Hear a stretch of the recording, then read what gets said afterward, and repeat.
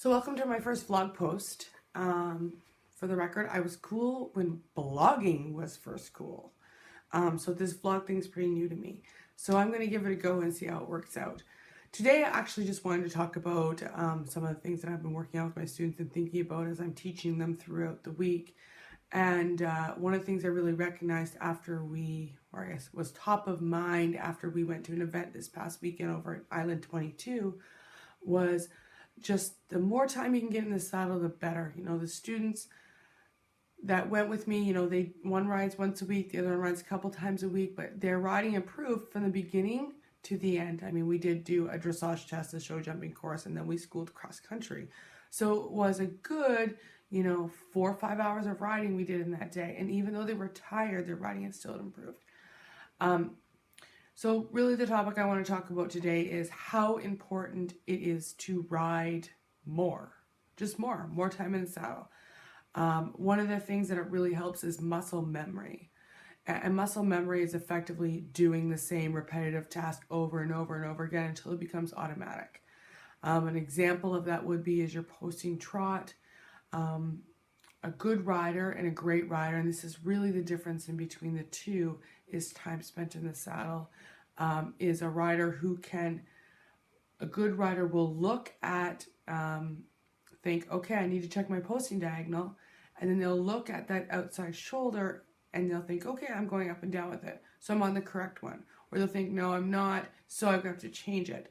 A great rider is going to be able to glance down, know they're on the right one without even thinking about it and stay on the right one, or know they're on the wrong one and change it right away. There only has to be one post in between or one rise for them to make that decision. So therefore that muscle memory is actually making quick decisions. The other thing too is your reaction time, and this comes down to pretty much the same thing.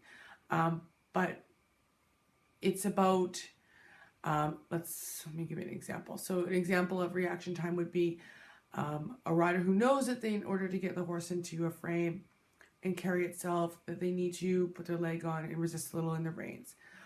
A great rider actually can do that before the horse raises its head all the way. A good rider has to walk and think through the steps. Okay, horse's head is up. Okay, leg on. Okay, rein on. All right, horse is back in frame. Whereas that good rider could do that in, let's say, 1 second.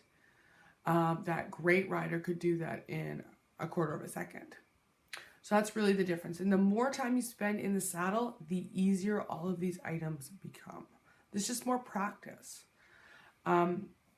Feel. So feel isn't really something that you can teach. I can't teach that to you. I can teach you ways to get rhythm, which helps you get feel, but I can't actually teach you feel. That takes time.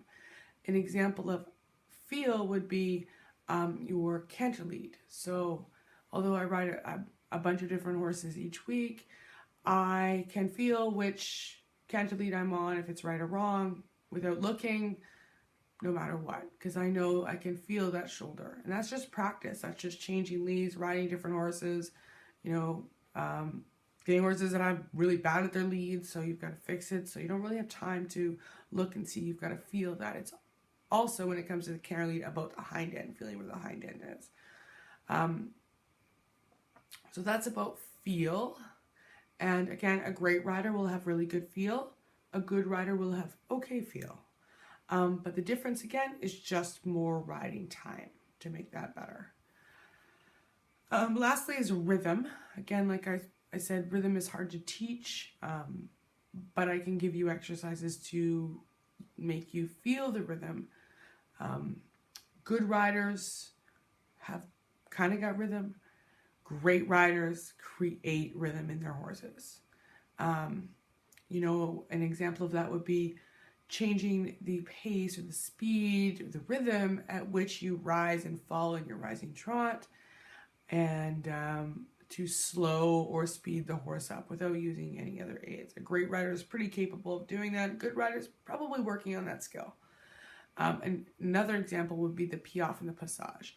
Effectively, the piaffe and the passage is the ability to half vault and leg and get, collection from the hind end in rhythm. And it's about the rider creating the rhythm in which the horse rides. And that's exactly what those riders are doing. And that's why you only see that at the upper levels of dressage, because that takes a lot of time to build that skill. My tip for, getting more riding time is effectively, however you can get it, the better. Ask your coach, can I school some of the lesson horses? Could I clean the stalls on Sunday? Whatever. Can I come in and groom for you at the show? Whatever more in the horse, in the saddle time, but in the saddle you can get, the better. I hope you enjoyed my vlog and my thoughts. I'd love to hear your comments and about my thoughts, and see you soon.